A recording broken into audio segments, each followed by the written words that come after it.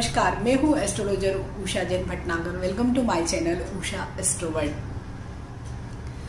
अगर आपने मेरा चैनल अभी तक सब्सक्राइब नहीं किया है तो जरूर सब्सक्राइब कर लीजिए, क्योंकि मेरे इस चैनल पर आपको एस्ट्रोलॉजी, पॉमेस्ट्री, वास्तु, रेमेडीज और जो भी करंट इवेंट्स हैं उनके बारे में बहुत सारे वीडियोस मिलेंगे और सारे ही वीडियोस बहुत ही आपकी लाइफ को बेटर करने में मददगार होंगे। आपको कई सारे जो भी आपके जीवन में प्रॉब्लम्स चल रहे हैं उनके सॉल्यूशंस भी इन वीडियो में मिल जाएंगे। So let's start. मेरा आज का वीडियो एक बहुत ही कॉमन प्रॉब्लम जिसे हम कह सकते हैं आज के टाइम में चल रही है उस पर बेस्ड है। Let's start. आज के इस दौर में कई चीज़ें बहुत अलग देखी जा रही है, बहुत ही उनमें बदलाव देखा जा रहा है और स्पेशली हमारे व्यक्तिगत संबंधों में, हमारे वैवाहिक संबंधों में, हमारे चारित्रिक दृष्टिकोण में और संबंधों में बहुत भारी बदलाव आया है। बदलाव कई वजहों से आया है और सबसे ज़्यादा उसमें हम मीडिया या वर्चुअल प्लेटफॉर्म्स का बहुत बड़ा हाथ मानते हैं कि उसकी वजह से हमारा जो चारित्रिक पतन वो भी बहुत तेज़ी से हो रहा है। इसके लिए जब भी हम चार्ट देखते हैं, लोगों के चार्ट देखते हैं, तो दो स्टार्स या दो ग्रह बहुत ही प्रोमिनेंटली हमें दिखाई देते हैं उन लोगों के चार्ट में, और वो हैं शुक्र, वीनस एंड मार्स। शुक्र जहाँ प्रेम, जितनी भी कोमल भावनाएं हैं, लव, मोहब्बत, इश्क, ये सारी ही भावनाओं को रिप्रेजेंट करता है। वहीं मार्स आपकी सेक्सुअल डिजायर को इंडिकेट करता है।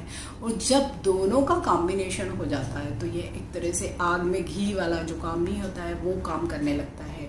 तो जिन लोगों के भी चार्ट में शुक्र और मंगल की युति होती है, चाहे वो कोई से भी 12 खानों में से कोई से भी खाने में है, कुछ न कुछ आपके जीवन में अवश्य ही घटित होगा जो आम लोगों के जीवन में नहीं होता है।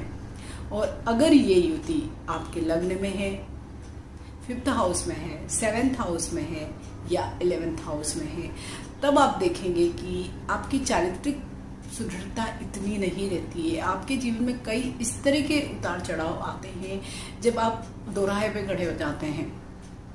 जब भी ये युति हम कई चार्ट में, लगभग हर चार्ट में देखते हैं, भले वो लग्न कुंडली हो या नवमांश कुंडली, दोनों ही में है, तब तो हम जैसे कंफर्मेशन टेस्ट नहीं होता वैसा हो जाता है कि हाँ ये चीज़ हो ही सकती है। नहीं तो अगर एक भी चार्ट में है तो ये वाली चीज़ें बहुत ज़्यादा होने की पॉसिबिलिटी होती है।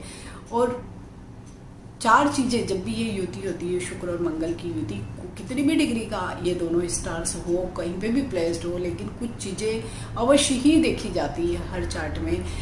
सबसे पहले उसमें आता है कि बिफोर मैरिज आपके कोई अफेयर रहेगा, रिलेशनशिप रहेगी, लेकिन वो अफेयर या रिलेशनशिप आपका मटेरियलाइज नहीं होगा शादी में। मीन्स आपकी ब्रोकन रिलेशनशिप होगी। इस ब्रोकन रिलेशनशिप को हम कई बार ऐसे भी देखते हैं कि भले ही आपकी अरेंज मैरिज हो रही है, रोका हो गया है, फिक्स हो गया हो, और उसके बाद आपका कुछ महीने तक तो ठीक चला, उसके बाद अचानक से ही रोका या आपका जो फिक्सिंग है मैरिज वो खत्म हो गया, मीन्स टूट गया। मीन्स बिफोर मैरिज आपका कोई ना कोई ब्रोकन रिलेशनशिप होने का चांसेस ये युति बनाती है। सेकेंड, जो एक बहुत ही मतलब अभी के समाज में हम देख रहे हैं कि बहुत ही कॉमन सी चीज़ हो गई है कि हर दूसरे बंदे को डिवोर्स चाहिए। अगर जरा सा भी कुछ चीज़ें ठीक नहीं चल रही है तो उन्हें इमीडिएटली डिवोर्स या सेपरेशन चाहिए। तो ये युति उसमें बहुत ही मददगार साबित हो जाती है। मीन्स उनको बहुत ही ज़्यादा डिवोर्स या सेपरेशन की तरफ लेकर जाती है। तो जब भी ये युति, शुक्र और मंगल की युति किसी भी चार्ट में होती है तो चांसेस होते हैं डिवोर्स या सेपरेशन के। भले ही आपका लीगल भी नहीं हो लेकिन आप सेपरेट रह सकते हैं। थर्ड, ये भी एक बहुत ही अजीब तरह का आजकल के दौर में वर्चुअल जो भी हमारे प्लेटफॉर्म चल रहे हैं मीडिया के, इस दौर में बड़ा कॉमन सी बात हो रही है, एक्स्ट्रा मैरिटल अफेयर। और अगर आपके चार्ट में शुक्र और मंगल की युति है तो आप मान कर चलिए इस तरह की संभावनाएं बहुत ज़्यादा हो सकती है। एक्स्ट्रा मैरिटल अफेयर मीन्स शादी के बाहर भी आपका कोई भी संबंध बनने की संभावना ये युति आपको देती है। तो जब भी आप मैच मेकिंग करें, मीन्स शादी के पहले जब हम मैच मेकिंग करते हैं, गुणों का मिलान करते हैं, तो सिर्फ गुणों का मिलान पर फोकस मत करिए। आप फोकस करिए स्टार टू स्टार मैचिंग पर। अगर किसी के भी चार्ट में, लड़का या लड़की के चार्ट में शुक्र या मंगल की युति है, और अगर आपके भी चार्ट में सेम यही युति है, कोई से भी हाउस में हो, आप इस रिश्तों को मत आगे लेकर जाइए, क्योंकि ये गारंटी सा हो जाता है कि आपका आफ्टर मैरिज जरूर डिवोर्स और सेपरेशन हो सकता है।